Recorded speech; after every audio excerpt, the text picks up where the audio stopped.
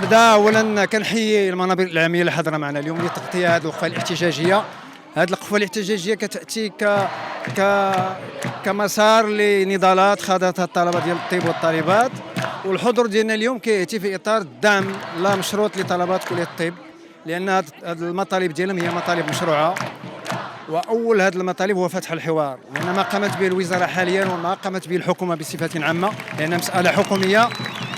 يعني سد باب الحوار هو منافي لمقتضيات الدستوريه. الحوار هو وسيله لايجاد حل ما بين طلبه كليه الطب اللي مقاطعين الدراسه مده 5 اشهر والجهه المعنيه اللي هي انا كنسميها وزاره التعليم العالي والصحه، وبكل اختصار هي الحكومه. الحكومه اللي كتحمل هذه المسؤوليه هذه. لا يعقل بان الحكوميه من خلال الدستور عندها يعني مسؤوليه ديال تسيير الشأن العام، كتجي الان وكتقاطع طلبه ديال الطب اللي هما تقريبا 25,000 طالب. كتقول لنا بانها بهذه الخطه ديالها بتطلع او بترفع عدد الاطباء خريجين. الان كتغامر ب 25,000 طبيب ديال المستقبل، وبالتالي هذه مهزله ما عمر المغرب وصل لها.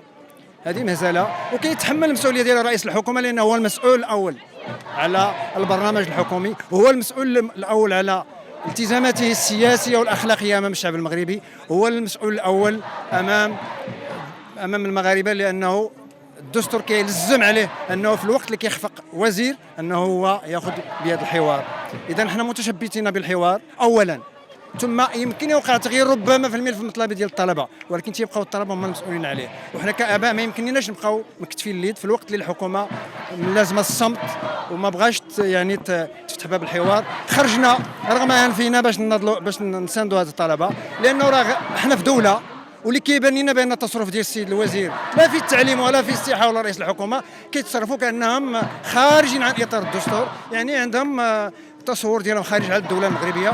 وبالتالي كنطالبوا هنا من هذا المنبر هذا ذوي العقول الحيه ذوي الضمائر الحيه انهم ينزلوا الحوار مع الطلبه باش يحلوا هذه المشكل هذا. وشكرا. هناك عارضه الان في الطريق، عارضه هي طريقه او مسطره كيسلكها المواطن المغربي وكيوجهها رئيس الحكومه، ورئيس الحكومه خصو يبت فيها. العارضه فيها بان كنطالبوا بالحوار، هذا هو الموضوع ديال العارضه، ان الناس اللي موقعين على العارضه كيطالبوا بالحوار، وهذا حق دستوري.